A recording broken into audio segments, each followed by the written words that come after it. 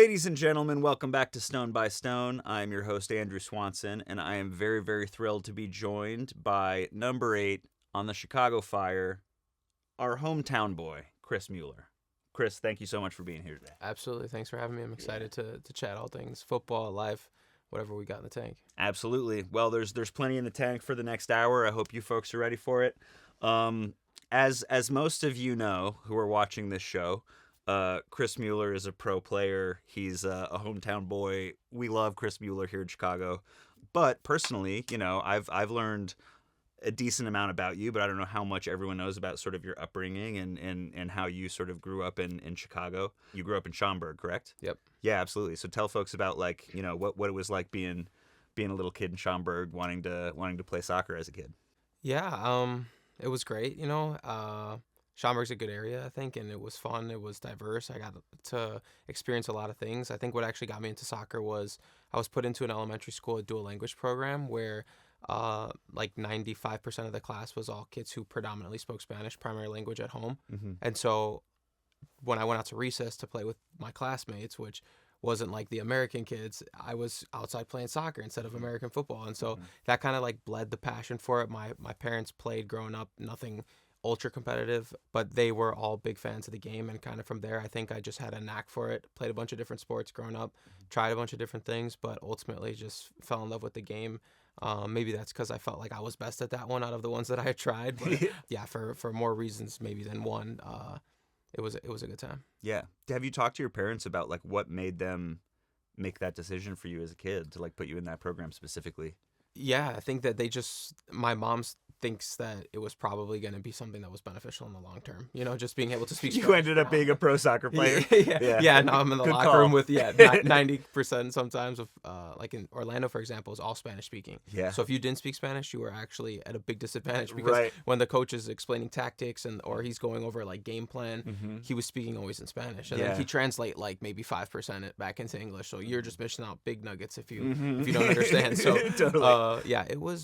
it's been a really beneficial thing for me. I'm very happy that they put me into it, and it's also just been a good skill for me to be able to actually communicate and have full conversations with the guys from different countries, because sometimes in your professional environment it's a different sort of feel versus like if you're in the college environment with your brothers or your best friends, you'll die for them on the field, and then you step into locker rooms where there's different cultures, guys from different parts of the world, and you want to make them obviously feel comfortable, but you also want to develop that bond where when you go into battle, you're not like necessarily getting to a point where you hit adversity, you point fingers. You really want to like develop that sort of chemistry and that care for one another. And it's hard to do that if you can't communicate, especially when things aren't going well. It's easy to always point fingers. So that's been something for me that's helped me kind of be a guy who can bounce around the locker room to guys from all different parts of the world, specifically South America, Central America. It's always been something that I'm very proud to know, and because I'm able to communicate and get along with them. Yeah, absolutely. And I think, kudos to your mom for being a bit of like an oracle, and you should probably learn to speak some Spanish seriously. at some point in your career. So yeah, we'll get to your ability to learn and communicate and how much that has like been a part of your life as a person who's succeeded in the game in a bunch of different ways, dialects and languages and otherwise. But, as a kid growing up in Schaumburg and with that kind of unique experience, the game was something that it sounds like came pretty naturally to you. Like you just sort of started playing it and were like, oh, I like this. I'm good at this. This is where I want to sort of focus my time. Was there a point in your youth or sort of in or before high school when it kind of like clicked for you where you were like, okay, I really need to start digging into this because like I'm finding a lot of joy in it, or I see a future, or like how did that process happen for you? Yeah, that came down to the point when I turned, it was like around, I think it was 9, I ended up transitioning to go to play for the Sockers. And I was in between that and honestly wrestling was my other big one because I had such a big heart for it, and I think I liked the component that it was like solely determined by me, and you couldn't point fingers if something didn't go wrong. You could only point fingers at yourself. You had to hold yourself to a different level of accountability, responsibility for your training and stuff like that. And so ultimately it came to the time when it was, the club soccer realm was starting to grow. The Sockers was a very competitive club in the area, and my parents thought that since I was seeming to be growing in that field, my skills, my my love for it. They're like, okay, maybe it's time for us to focus on one thing. What do you think? And they sat me down and they asked me, like, is that something you'd be willing to commit to? Because if we go to this club, it's obviously there's a financial component to it. And then as well, it's also just like the time, the energy, the driving to training, the sacrifice. And so like, they're like, is that something you'd want to do? And I definitely did, because that's where my passion most heartedly lied, even though I wanted to wrestle too. I think I more so like that just because of the training element as well. It got me really fit for soccer, because I was going from soccer training then to wrestling practice. And Right. And like you say, wrestling practice probably feels a little more like being at the gym or like working out on your own, where like it's just your progress kind of thing, right? Exactly. Just another element of like differentiating myself. And so then ultimately it was at 9 years old I decided to make that move, me and my family, to go to the Soccers and see what we can muster up there. Yeah, I can imagine the conversation with parents about that. As a kid, they're really trying to frame it like, what do you want? And they're really also trying to be like, how much do you want this thing that's going to be so hard for me to do too? Yeah, seriously, seriously. So, I mean, also at 9, it's like hard to know like where you want your path to go, right? That's a single-digit age. That's a very young kid. Yeah, and they definitely helped like, navigate me in some way and maybe put up the borders of the bowling lane for some analogy. Right. Let's stay here. You look like you're striking some pins, and let's let that go. Exactly. I'm sure if there was some desire for you as a kid to like have a substantial career as a professional wrestler, they would probably have like, do you know what you're talking about right now? Absolutely. In that regard? So with soccer, it at least provided you with a very clear path that was genuine. Yeah. And also just the friendships we were developing, and it was for the whole experience. It was still close to home. They were playing out of Schaumburg at Olympic Park, so that was beneficial. And I think just all things. Oh man, Edgewater Castle's played a lot of games in Olympic Park in Schaumburg. What a beautifully designed park, first of all. Yeah, to be fair, that's the flower design around the central building. Big fan. I'm a big fan of that park. Speaking of Soccers, they're like, just like a legendary youth club. The amount of players that come out of there that, go on to be pros or join huge D1 college programs, and just like generating elite players year after year. What's one thing that you feel is most kind of identifiable about what you've learned from being a player there, from the coaches there, just the style of club that they are? Yeah, I mean, I definitely had a lot of influential coaches while I was there. There's no doubt about that, who just opened my mind up to different parts of the game that maybe I would have never learned had I not gone to a club of that caliber. I think at the same time, there was a level of competition in terms of like getting accepted at the club to play at the higher levels, where I think iron sharpens iron, so you're playing with better kids, and it's making you a little bit better every day, and also just the training regimen picking up. So there was like multiple instances of things that I guess compiled together to actually helping me improve year by year. And then on top of that, just giving me the opportunity to go play in college, because I think that was where I really hit that growth spurt, and I know we'll talk about that a lot, but just in terms of the competition, being able to face players who were maybe better than me, maybe not, like we were all right there and we were all pushing each other. And I think that from that age, when you're in such a competitive environment as well, everyone believes they have a shot. Yeah. So that's the beauty of it as well, is why everybody's showing up to training hungry. They want to improve, and you obviously take it from that. Absolutely. I think that's a really interesting thing that you mentioned, is that at that age, everyone thinks they have a shot. And it's also a situation in which most of those kids, if not all, have had that same conversation with their parents, where there is a moment where like, do you want to take this more seriously? Do you want to commit more to this? Yeah. And when that's so early on, you sort of have to keep having that conversation throughout parts of your soccer life, I'm sure, right? And for, you've had a very interesting trajectory through the game that I've learned about you in regards to, but like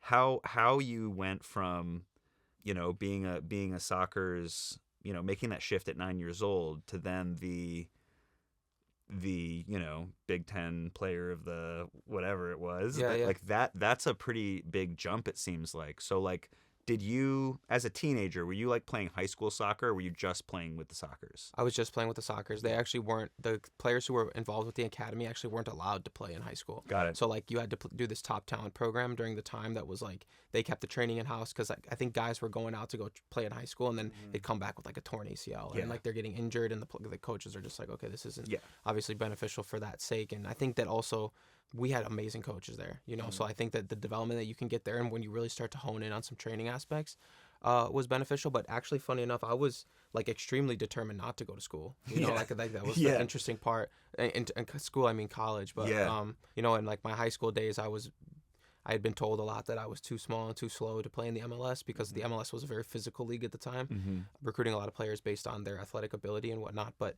based on that, I took that belief like internally and said, okay, no, I'm gonna have to go overseas to make this happen. And I was determined to be a pro soccer player, so I was like, all right, I'm gonna make this happen. And I went on a fester of adventures trying to do so, and in terms of what I was trying to accomplish, and obviously came back and it ended up working out. But it was quite the ups and downs journey. Amazing.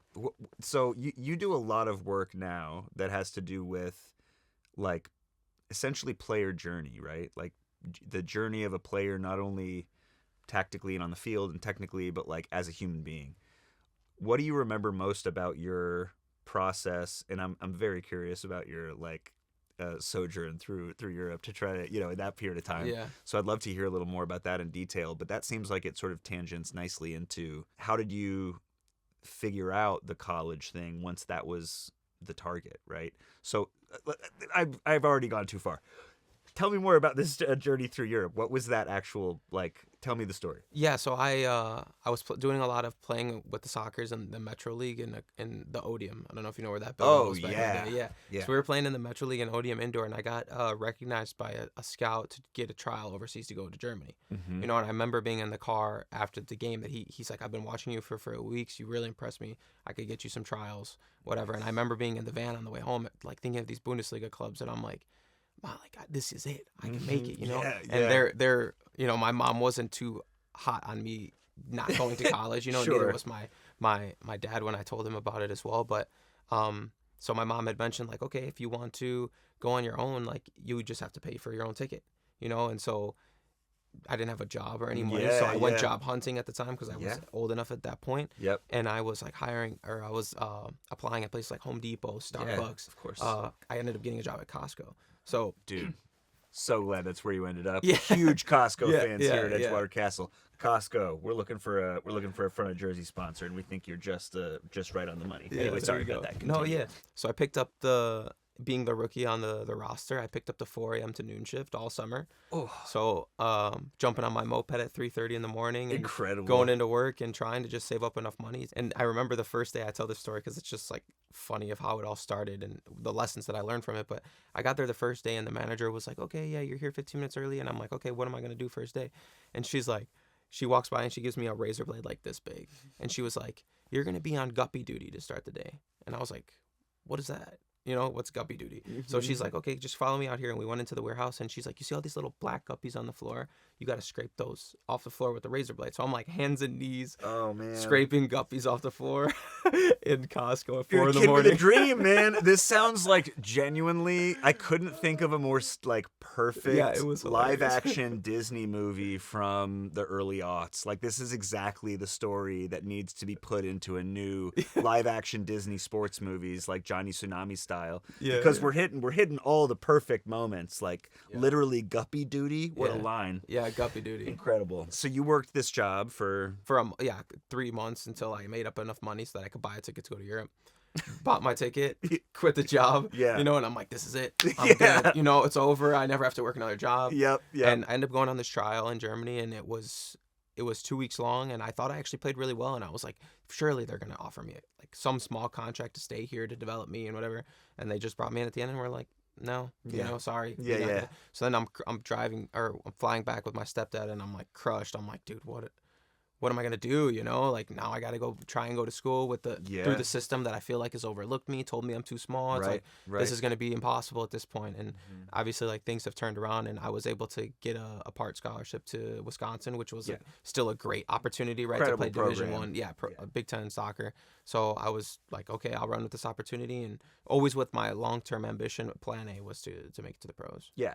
I mean, I'm so glad we got that. That we got that visual of like working at that Costco. Was that the one in Niles? No, it was in Schaumburg. Oh, was it off Schaumburg? of Meacham? Yeah. Oh, okay. Yeah, I don't go that far out because we've got the one in Niles. Yeah, up here, where we're at in Edgewater. Totally.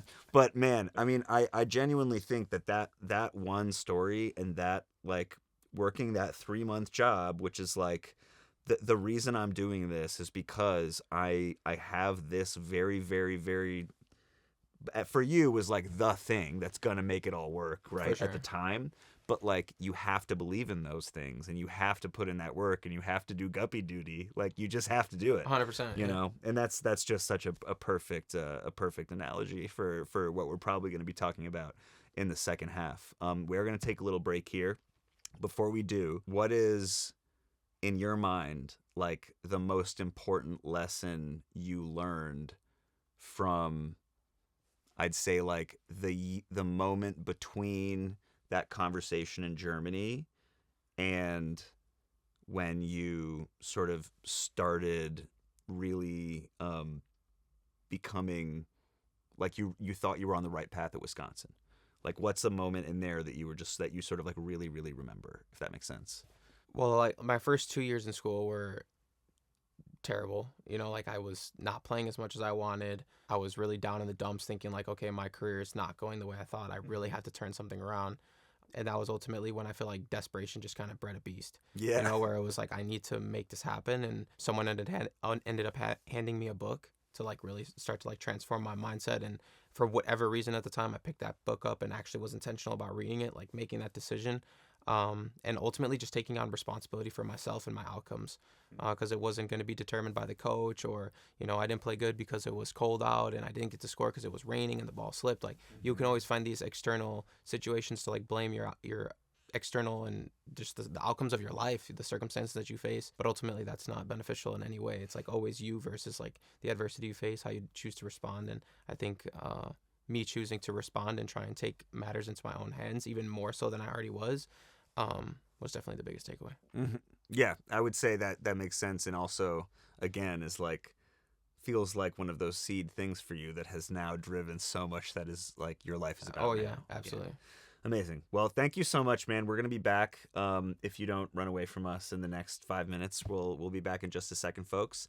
Thank you for enjoying the first half of Stone by Stone, and we will see you after these messages from our sponsors.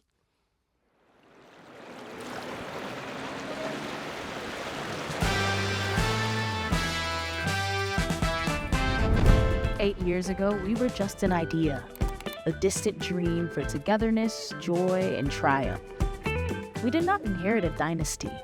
We did not arrive with airdropped riches and fanfare. We began with a foundation of belief and a shared commitment to build something authentic, something necessary. We're building this club the only way we know how. Stone by stone, brick by brick, goal after goal after goal. Now the foundation is set. The structure's sound. We can hear the music of the side streets and the rhythm of Lake Michigan as we give our community more Chicago to root for. Which is why we're proud to announce, for the 2026 season, Edgewater Castle Football Club officially enters the national stage, USL League 2 and USLW League. We built together. Now we climb together. Onward and upward, always.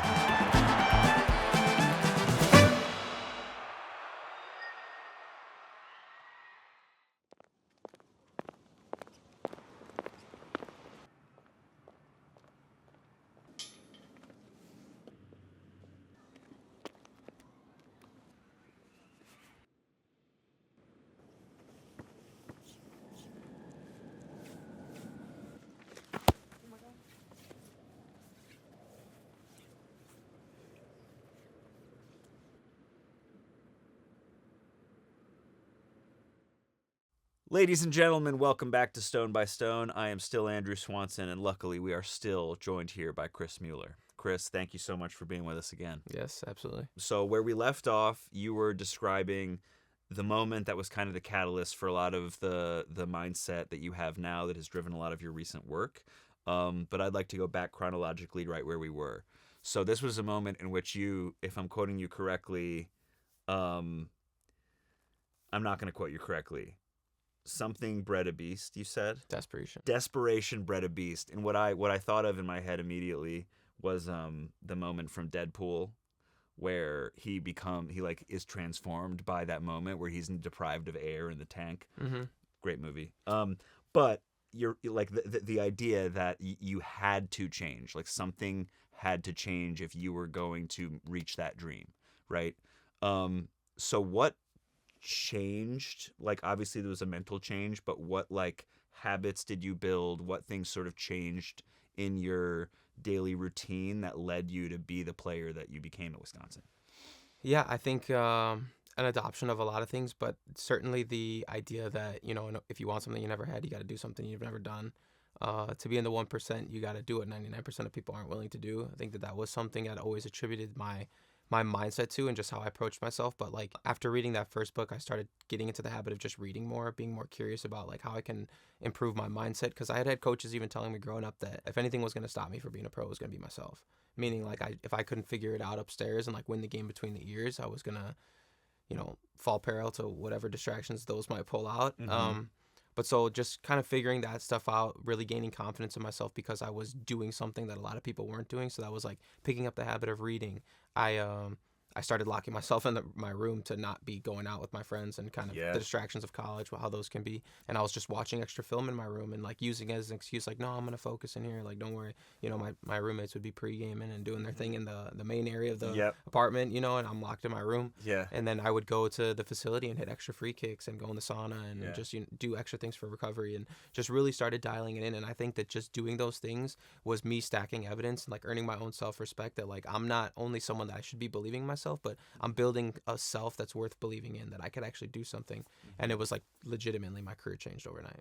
Dude, that's amazing. And it's very similar. My background is in the arts, and there's the concept of 10,000 hours. Yeah. You know, which is like takes 10,000 hours of practice to become a master of something or whatever. Master is probably the wrong word. Like proficient is probably more accurate. But the point is that like you really do have to challenge yourself to just put the time in. Like it takes a long time of trying to get even comfortable enough to get good, right? Yeah, in absolutely, a lot of things. absolutely. That's fascinating to hear. I love the idea of like your friends at Wisconsin going out to pregame for parties, and you're like just watching Arjen Robben tape, and just watching like World Cup '98. No, I would be watching like my own games. Oh, you're watching your tape. Yeah. Sick. Yeah. So I'm That's like watching awesome. back my games, like trying to see where I could be better, like different spaces maybe that I could find and exploit. Amazing. Did you ever watch tape of opponents that you hadn't played yet? Or was it all just very much on like what you can do better? Yeah, and the team. Yeah. Like, and then I would talk with like my roommates who are my best friends on the team, and you know, say, hey, like I feel like here, you know, and I'd bring it up to them, and they were all about it. You know, it's just like at those times, specifically, whereas like some people wanted to go off steam, and I just wanted to keep locked in. Yeah.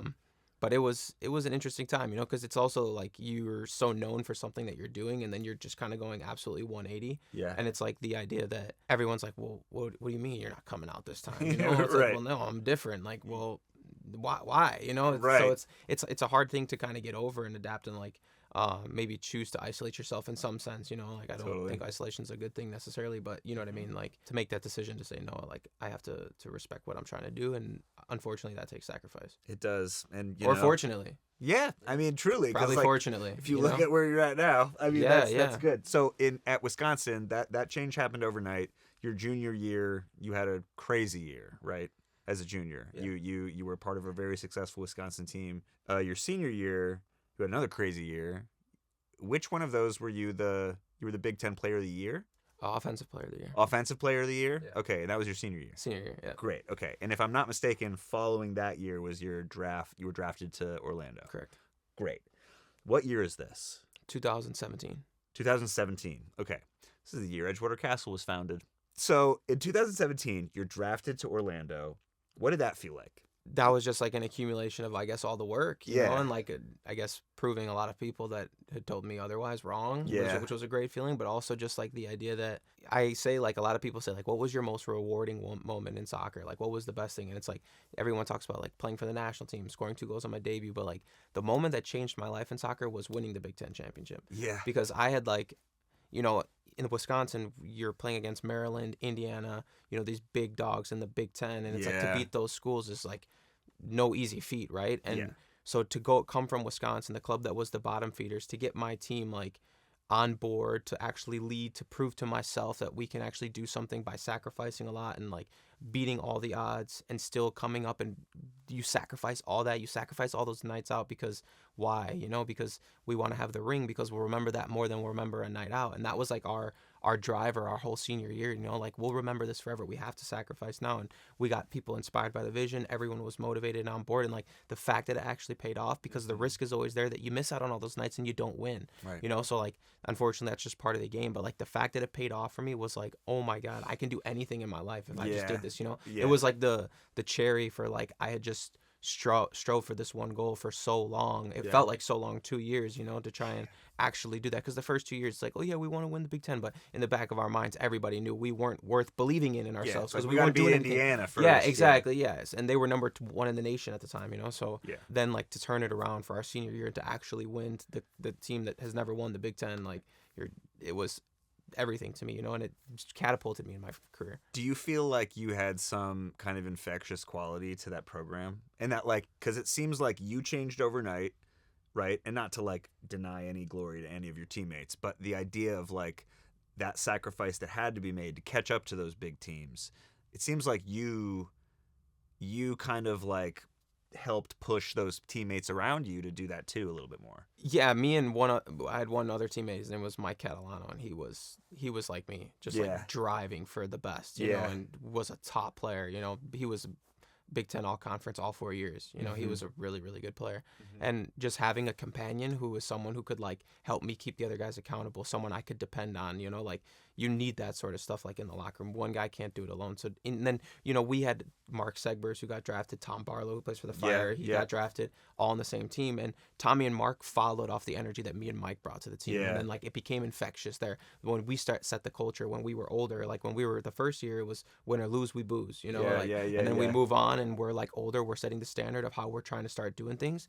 And, success came our way because of that, So getting to Orlando for sure, to answer your question, was an amazing cap off, still like getting to that city and being able to do what I did there was one of the most fun periods of my life. I really enjoyed that city and playing for that club. So, definitely have good things to talk about that. Yeah, I was about to say, like, so before we move on, because there's a lot I want to talk about in the second half, and we could spend so long on so many of these things. What's one memory that you have of like playing with Nani on the field, and one memory you have of like Nani as a teammate in the locker room that you will like never forget, or you just like, either remember very fondly or just like, this guy, like what? Good memory on the field. He assisted me a lot. You know, like the game a lot of the time. Solid player. Yeah, he assisted me a lot. So like we had a lot of good moments where like he would assist me a goal and we just developed a good chemistry. Yeah. He took me under his wing a lot because we played the same position. I think he knew I wanted to play on the left, but like he's Nani and I wasn't gonna be like so I went to the right. You're like cool at Wisconsin. I was kind of playing in that position. But no, I mean, he was great on the field, great leader, great personality. And then off the field, the one thing I always laugh about and remember with Nani was like, of course, he had the best professionalism ever. But like Nani, he always wore this one cologne and he wore so much of it. Oh, yeah. And then like whenever he walked in the building, you're like, oh, Nani's here. Yeah. Nani's 400 yards away. Yeah. That's amazing. It was a great smelling cologne. I'm like, it was course. great. But it was just funny because like it just became his staple. I don't even think he needed to spray it. He would just smell like it. It's like a branding thing where it's just sort of like having your own scent that everyone knows you're around. Yeah. A calling card. Legitimately. That's amazing. So you got the opportunity to eventually go overseas and play in Europe. Yeah. Which is like, I really like this part of your story because of the fact that part in Germany exists, and that you sort of were told like, you can't do it here, right? Yeah. And then you did get your opportunity and you did get to go over there. What was the, for players who are in careers sort of wanting that moment, what was that moment like for you in terms of getting the call and getting over there and like that experience? Just like try to sum some of that up for us a little bit. Yeah, it was a really interesting transition because like leaving Orlando wasn't going to be easy, of course, just given the situation and how loved I was there and how much I loved being there. But at the same time, I knew I had a dream and I just was in with the national team. I figured it was a good time for me to try and get over. And, I had a big offer from Mexico and I was considering that. But then when the European teams started to come in, and there was a few, it wasn't like massive teams like I was expecting, But specifically with Hibs, like one of the things that I had told my agent over and over was like I really wanted to be wanted somewhere. You know, like that was important. I didn't want to go somewhere where I was going to be like at a bigger club but ride the bench. Like I wanted to be somewhere where I was like in and really really desired by the club. And Hibs was throwing everything at me to get me over there, and just really made it seem like they wanted to make me, you know, the guy on the team, the face of the team. Like, you can drive this to the next place. And, you know, when I actually started to learn about the Scottish League, because I didn't know much about it, it's basically like just like a mini Premier League in terms of the following. You know, like quality-wise, like, of course, there's good quality. You have Celtic, Rangers, Hearts, Hibs. You have some good clubs there, but like just in terms of the following from the fans and like the passion from the fans, like the culture in the country, of course, is crazy. And you know, like it's funny, man. A lot of when I was, I had said this in an interview when I had signed a pre-contract, because then I had to stay in Orlando for a few months, and a lot of the fans got butthurt when I was like, oh, I'm excited to go and play in front of fans that live and die soccer. You know, and they're like, oh, well, we live and die soccer. I'm like, okay, yeah, I get it, you know, but it's different. You also go to this Heat club games. has been here since 1800, you know, like it's in the family line. Like if you don't, like it means everything to the people, and it really does, you know. So like that was something different that I experienced when I had gone over there. But I was just so excited to get there and to like live out that dream, because like, you know, me and my wife, we moved across the world to try and like see this dream come out, you know. We get there 6 months later, which was like a treacherous wait. It felt miserable to me. I was dying to get over. I felt like Orlando was essentially holding me hostage. You know, they wouldn't trade me, they wouldn't sell me. And unfortunately, like, you know, the manager that signed me got fired before I left. Or before I got there. Yeah, so like he signed me, and he like really wanted me. He was building the club. 6 months later, a lot can happen in football. And the day I landed, I went to go take my picture with him with my jersey. We're excited. They went on the road to play Livingston. I stayed at my flat, as they call it, to watch the game with my wife. They lost that night. On Twitter, sacked. You know, and I was like, oh my God, I just moved all the way across the world to play for this guy, because he was a renowned manager. His name's Jack Ross. He coached at Sunderland and like massive clubs. So a lot of people were telling me this is the best manager to play for. And like with the club and where the plans that they had for me, it was a very exciting thing. And, obviously 6 months changes a lot in this game. It's true. And then even there, you know, I signed a 4-year really good contract and was back in 8 months. You know, because things changed, and the new manager wasn't as fond of me, and it's crazy how it just flipped overnight on me. And especially over there, like I said, it's much different in terms of how the fans interact with the players. And like I couldn't go out if we lost. And like the day I landed, I was walking around downtown Edinburgh, or the city center, not downtown, in Edinburgh, and like I was stopped by like 8 fans driving by, you know, just walking around. And that doesn't happen in Orlando. No, nowhere here. You know, it's like a much course. different lifestyle. And then, you know, we play a game at home. My dad flew all the way from Vegas to see me play in Scotland. So he goes Vegas to New York, all the way over to London, up to Edinburgh. And then I'm like, okay, well, we played at noon. We're done at 3. I'm going to take you out to dinner at 7. We're going to go enjoy Edinburgh. I'll show you around. And I go out, we couldn't even go out because I was getting heckled because we lost the game. What are you doing out? You know, and I'm like, dude, this is a way different lifestyle. You're going to be able to go out to dinner in Chicago if the Fire don't win the game. That's true. It's definitely different. And it is, like, I'm sure it's a bit of a blessing and a curse culturally, right? Where, like, in Chicago, we've got the opposite of that, which is, like, there are so many different targets for sports fans to focus on and be interested in. And, you know, in the U.S., soccer is always kind of fighting for its place in, like, a little sibling way. Whereas over there, like, that's it. Like, there's no other team. There's nothing else. There's no more important cultural asset in Edinburgh than those 2 clubs. And, like, exactly. You care about one or the other very intently. Exactly. Yeah. So, man, I can't imagine. So, moving on. You came back to the U.S. as a hometown boy coming back to Chicago, right? What was that process like? Obviously, before we move on any further, the Chicago Fire prior to Joe Mansueto, right? I worked at the club for a while, no longer do. I can say whatever I want now, but I won't say everything. Point is, it was a tough place to work prior to Joe Mansueto showing up, and the club was very different for the last, 10 years prior to you showing up, probably, and had a lot of challenges in the city. And like the city as a soccer city had a lot of challenges. Mm-hmm.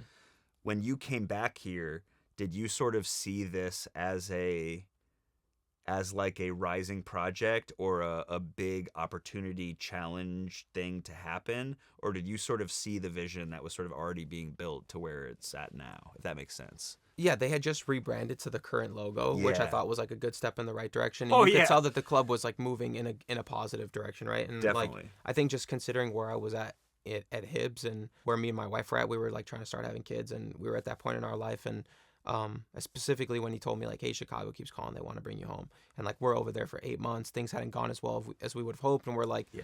it was a really hard decision for me as well, because I was like kind of giving up on my European dream in some sense. Like Sure. you could come back, but then going back is much less likely, especially if you haven't proven yourself already. So like that was a tough moment, I would say, in my career, like one of the toughest probably.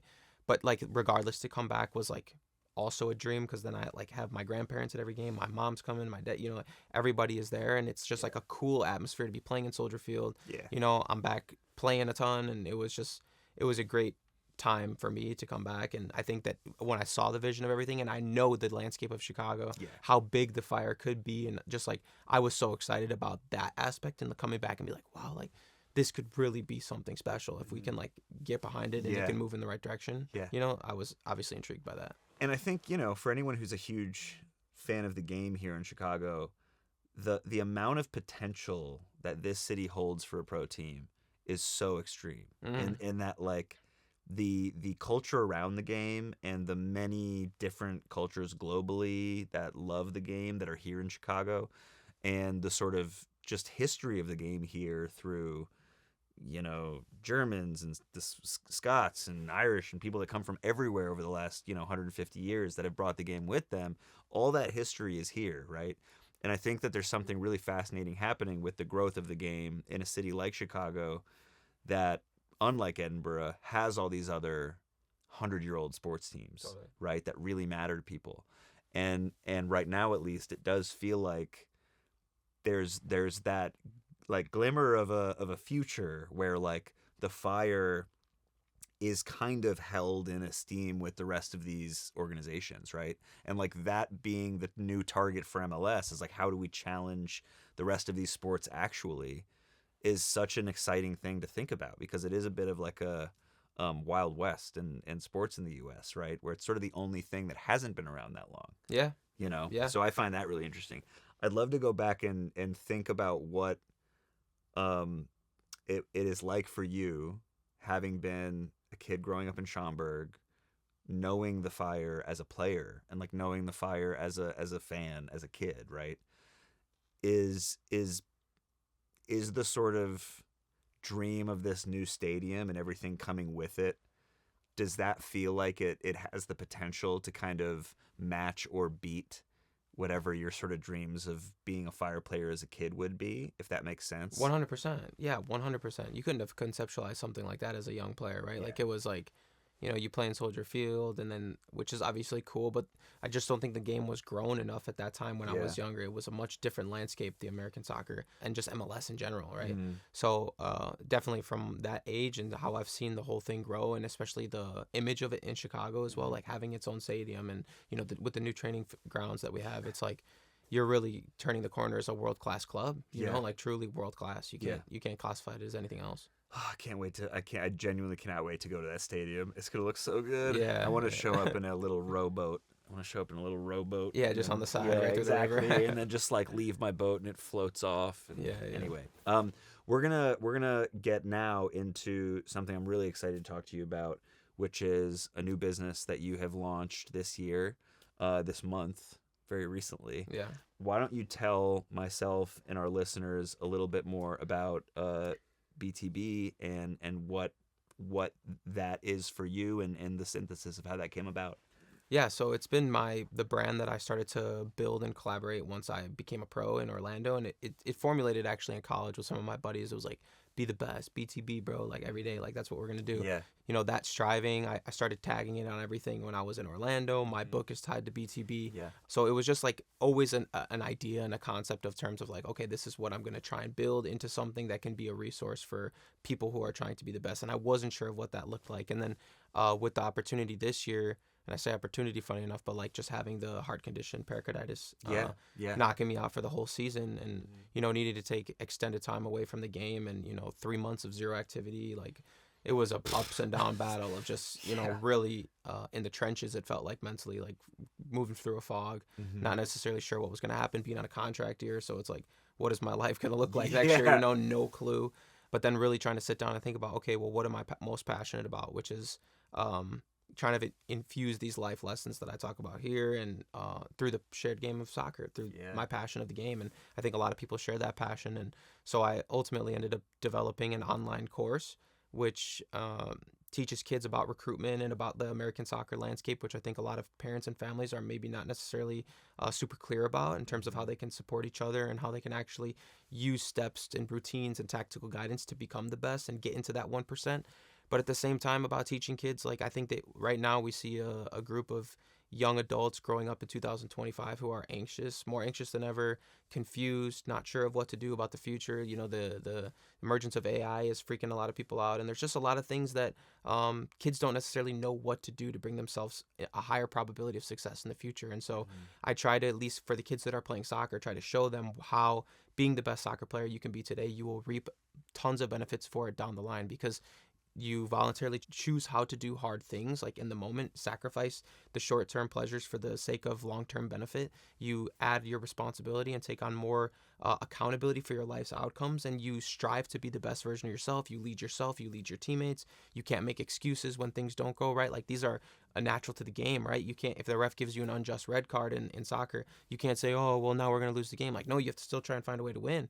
So like, there's these lessons that I'm trying to teach through the game, and through this course, through like helping kids navigate the recruitment process, talking about the importance of going to school, how important it was for me in my maturation, my development, but then also just giving them the blueprint that I wish that I had when I was 15, going to on the field stuff, right? So it's like, you want to know what can actually improve your probability of success, what actions to take right now, because there's also a multitude of coaches through social media, through online things, that they're telling kids what to do, try this, try that, and then you have analysis by paralysis, because there's simply too many options. So like, trying to narrow it down and give like a real tactical guidance of like what to do, why to do it, why it matters, and why it's going to benefit you in the long term. So just trying to teach all of those life lessons that I've learned, put them into the game, through the game to the younger generation, to just hopefully give some inspiration to change their lives, one spark of transformation. Yeah, man, absolutely. And it seems as though you've got such a great breadth of experience yourself that like so clearly translates into this program, right? And like, when I hear your story as you've told it today, even all of these moments and these lessons and these seeds that are planted for later all provide you with such a great perspective to help other young players, right? And like, that's the thing that I admire most about you is you do have a real like drop the ladder for the people below you vibe, which I think is really great, right? And that like, that's not a thing that everyone really cares about in pro sports or any competitive career, is that like, you've got to get one step ahead and you've got to find your niche and find your way to success, like whatever it takes. But I think for you, there is something really, really beautiful about the fact that for other kids that are a little anxious and confused and don't have their path forward, you're there to provide them with their parents with like just a little bit of assurance and a little bit of like a voice of someone with some experience, right? Yeah, honing in on their locus of control, right? Like, what is actually within your realm of control that you can do today that will improve your likelihood of success. Because I also feel like, by some sense, and I don't want to toot my own horn in this way, but I feel like I'm a very relatable avatar, to a lot of these kids, where it's not like I'm 6'5", I had full ride scholarship to multiple different schools, right? I'm 5'9", they told me I was too slow, probably just like a lot of kids, not fast enough, and got like a partial scholarship, which was still great, but I was by no means the kid that they bet on my freshman year to go from, nobody to the only two-time All-American ever at University of Wisconsin. After my sophomore year, if you would have said that those were going to be my last 2 years, nobody in the world would have said that, So totally. Like, literally just by like teaching and changing my mindset around it, adopting different routines and learning how to build belief in myself, which was ultimately just me earning my own self-respect, being who I said I was, saying I wanted to be a pro, but my actions maybe weren't saying that 100% of the time. And if you're not going to do that, like there's going to be someone out there who will. And that's the competition base that's for it. It's like if you're not doing it, somebody else out there might be hungrier than you. And it's like, what are your actions actually saying? And from there, that's how kids can develop confidence in today's day and age. Oof, yeah. Whew, and don't they need it? Yeah, exactly. I feel like, how old can people be to join your program? Because I could use a little bit of that myself, I'm sure. So how do people get more involved or learn more about it or get in touch with you? Like if people hear this and are like, that sounds like my kid could use some of that, what's the next step for them? Just go to btbtheofficial.com, follow the social media. There's a lot of things coming out. There's different wait lists for the course that enrollment only opens a few times a year, just so I can dedicate my time and energy to the kids who are enrolled and committed to the process and want to be consistent with what it takes. But yeah, it's all on B2B The Official. They can go on, join the wait list, and then they can obviously hear more information from there. Amazing. So before we close out, we obviously have like a small summer event coming next summer. The World Cup shows up in North America in 2026. By next summer, I mean this summer. It's 2026 right now, ladies and gentlemen. Happy New Year. What memories do you have as a fan watching the World Cup that are like most burned into your brain? Definitely 2006. Yeah. Just yeah. That whole World Cup, 2010 South Africa was amazing World Cup as well. I think it just brings like to soccer fans everywhere. It's just such a special time where there's no other feeling like it, where you see the countries just like hashing it out. Yeah. And, just the joy that it brings, it's undeniably like probably Zidane's header in Materazzi was. That's what I thought you were talking about. Yeah, Actually, I mean that's what it was. That was the one moment, but Totally. like I think even just that whole tournament was great. The final was great, and yeah, just everyone, even the Messi's win with France, like against France was probably the best soccer game ever. Yeah, like truly, single game. Truly, that's the final save on Colomwani. Yeah, all of it. I mean, that whole game was all nuts. Of it. Yeah, that game was absolutely nuts. What is there a specific team or matchup or anything that you're like most looking forward to this coming summer? No, not really. No, you're just I would like to see Portugal go far. Yeah, I like Ronaldo. Yeah. Fair enough. I'd like to see him get somewhere. Do you have a respect and an admiration for the Scottish national team, or not at all because of your time in Edinburgh? No, absolutely I do. Oh, I still love Scotland, man. Okay, I still do, yeah. Like I have no hard feelings about it. It's kind of a part of the game, tail of the trade. Like sometimes works out, sometimes doesn't. But like even just like I was on the back end of some bad results, but I had a couple of good results there. And like just playing at Hampton and in like the Celtic against Celtic in the Scottish Cup semi-final, like making my debut at Celtic Park, playing in the Hearts Edinburgh Derby Tynecastle. At Tynecastle at Easter Road, and like starting in both of those games, like those were amazing memories that I'll never forget, regardless of what happened. Like we tied both. We lost one derby and we tied 1-1 at home. But either way, like I have no hard feelings. Zero. I hope Scotland does great. You know, like I really does. I'm a Scotland fan. My brother and sister were born in Edinburgh. Okay. Yeah. And so like they lived there until they were like 2 years old. They have no memories of it, but they're dual citizens. It's so unfair. Yeah. I had teammates too at Hibs who were on the Scottish national team. Oh, so did you I really? was always like pulling for them. Yeah, I pull for them hard. I watch all the Scotland qualifiers with like the 90-year-old Scottish men at AJ Hudson's. Yeah. It's the best. I have the time of my life. So I'm going to be following them very closely. What are your predictions for Golden Boot winner for the World Cup? And who do you think is going to win the World Cup? Golden Boot winner? I'll probably say Mbappe. Yeah. And winner...